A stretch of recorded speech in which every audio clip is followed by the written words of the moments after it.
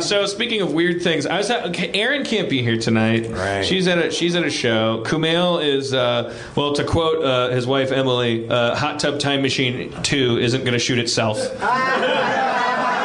He's on set. He's at work, and Time Machine 2.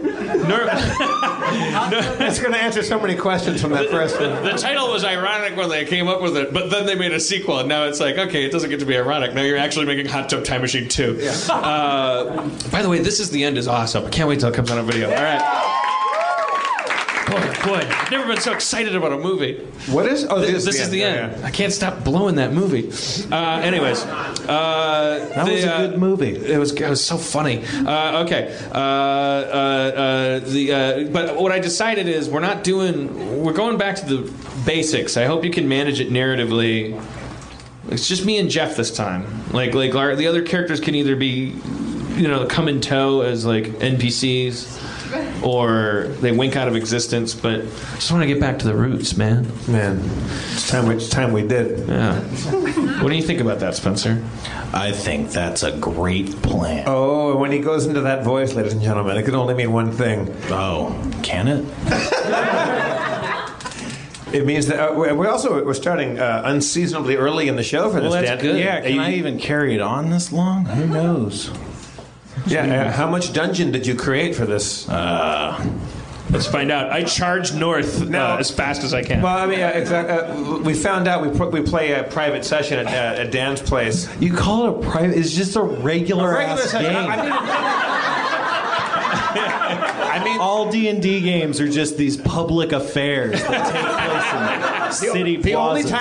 The only time I've ever played one was when it's publicly consumable via live audience or broadcast. This is a private affair. I get, meaning no black people, no Asian people. I'm kidding. It's a private, it's a private affair.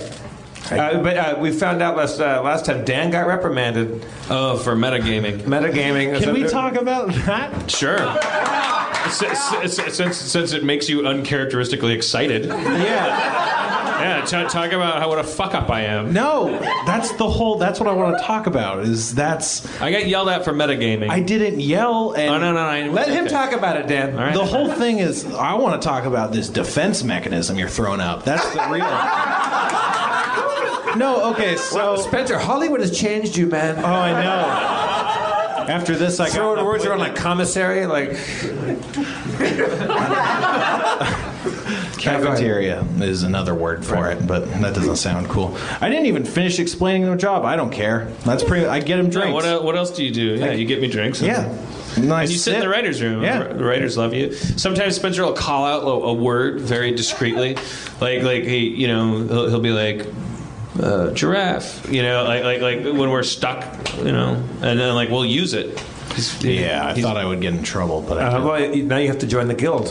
Yeah. I was thinking of the Guild of Calamitous Intent. See, you can take the Hollywood, or no, you can take the Spencer.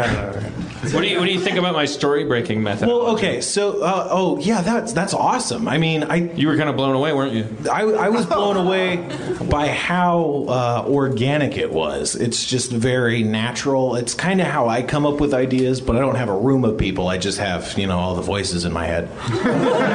It's pretty impressive. Me. Yeah. You're a good person. Dan's a good person. I'm talented.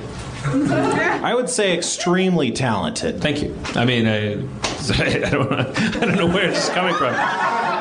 Thank you. Anyway, what is your story breaking method? Is that secrets out of school? Simon and Schuster will tell you in the spring of February 2017, and I'll charge you $20 a copy. I'm not kidding. I don't know. I don't want to. We can't go into that now. It's $9.19. $9.19, is it? Let's just say it's very organic and very primal. Okay, Spencer, tell us what happened last week at our. Does everyone know what metagaming is? Not everyone knows. That's a terrible question. Does anybody by applause know what metagaming is? Jesus Christ. Okay, for everybody else, in Dungeons and Dragons, sometimes the characters don't know stuff that the person who plays the character does. For instance, if a character came up with what you in the real world know as a camera, your character wouldn't know what a camera is because he's never seen one before, even though it's pretty regular technology, right? So it would not make sense to be all like, oh, that's a camera. So that's metagaming, essentially. There's different ways it comes out. Anyway, they were fighting a monster. It was a bed. It was a sticky bed. It was a bed which everyone has knowledge of. Yeah, everybody. But it jumped around. It started sticking to people. It was tackling folks. And I let slip to Rob Schraub, who had his first edition monster manual, that it was a monster in there, and I pointed it to him because I wanted some nerd cred, you know. But that was my mistake, and I admit fully to that. That was terrible on my part. But he showed you, and then you tried to play it off like you were like an old hand who's just like, yeah, a mimic. That's what that is. You know, mimics. I didn't know this. I wasn't trying to play anything off. I apologize. That was the air I got from you. No. I thought that was really awesome. I swear to God, I wasn't trying to like deceive or anything. Like that. No, he didn't know anything was wrong. I thought what happened was, granted, I'm very drunk during all of these things called days. Oh boy. Okay, when you were describing the monster, Rob had the monster manual. I thought that I knew what it was. I thought it was like a trapper or something like that. Yeah. Something like where it's like a carpet or. And I was like, I think I know what this is. And I looked it up in the thing and noticed that the page that had the succubus illustration was torn out of his monster manual. For those of you who know what that means. But I was like, oh shit, I don't think this is it. Then I diverted, my attention was taken by booze and you know, cake and whatever. Mm-hmm. Then at a certain point, Rob like elbowed me and was pointing at the mimic. I thought that I didn't know that you had pointed it out. Yeah, no, I know that definitely. Okay, I thought that Rob had found it. Yeah. So I thought we were collectively like if we and in my day it was called table talk and kind of game knowledge or whatever. It was a boring conversation. Yeah, well, in dance time it was the DM versus the players. So the DM would try to fuck you up, and then you'd have to look at the monster manual to stand a chance. So it makes sense. But anyway, the end result was he was like, mimics are weak against food. If you give them food, they'll stop fighting. And that is kind of flagrant over the line of metagaming. So I was like, okay, I got to explain this concept, and I explained it very poorly. And then I think that Dan, just thought I was trying to like punish you, but I was just trying to explain it. Dan doesn't like being told what to do or that he did something wrong. Yeah, definitely. And he looked at you the rest of the game with just like he wanted to stab your face with his dick.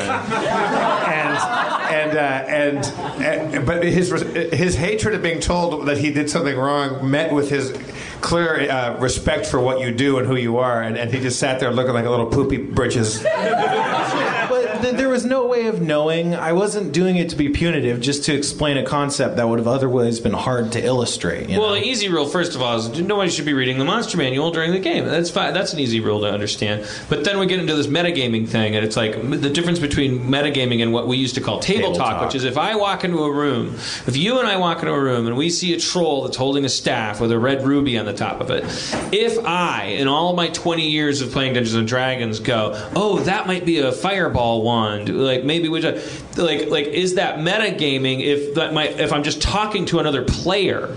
I'm not saying to the other character, blah blah blah. So the line gets blurry. So what I decided is I'm just going to be immersed in my character all the time. That way I'll never be at risk of metagaming. Yeah. But that scenario you explained wasn't metagaming. Like, table talk can still happen. It just can't, like, inexplicably cross the bound. Then your character would have to be all like, oh, a wand of thing, like I saw that dude shooting fireballs out of earlier. Then it would make sense that your character would know. But if you're like, oh, that's a wand of fireball because my player who plays me knows. I still don't get it. Though you just confused me again, because if I say to another player, if I haven't done anything... I say to another player, oh, that might be a wand of fireballs. If we don't... Outside of your character, right. yeah. That's metagaming. You shouldn't do No, that's not metagaming. That's just talking. Wait, no, I'm confused. Your okay, metagaming he's only gonna yell at pertains you to now. your character actions. So Okay. anything Oh, so- Jeff does is fine. Oh, but we can do sidebars with each Yeah, other and of course. say, I think it sounds like a thing. Yeah, but then your character would have to come up with an in-character reason to be taking that course of action. Well, I think you'll find if you look back that I have never metagamed.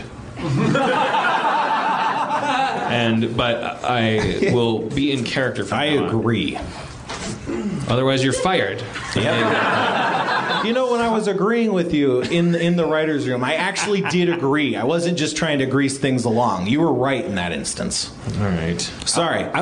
This is exciting. I want your relationship, business-wise and friendship-wise, to go so far that one day he just supplants you, where he Me becomes. too. Yeah. That's called an apprenticeship. All right, but you have to be allowed to let that happen.